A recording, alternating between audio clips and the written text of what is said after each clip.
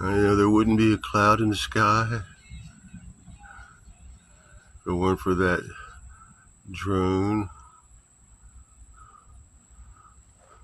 There's the other one.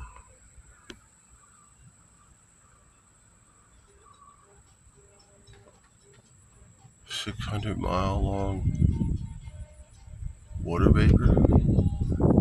I don't think so. Has the steam off your coffee ever lingered for hours and then become clouds dissipating? Again, I say, there wouldn't be a cloud in the sky today if it weren't for these dissipated things. You can't call them, or you get vanished. Oh no, I wouldn't want that.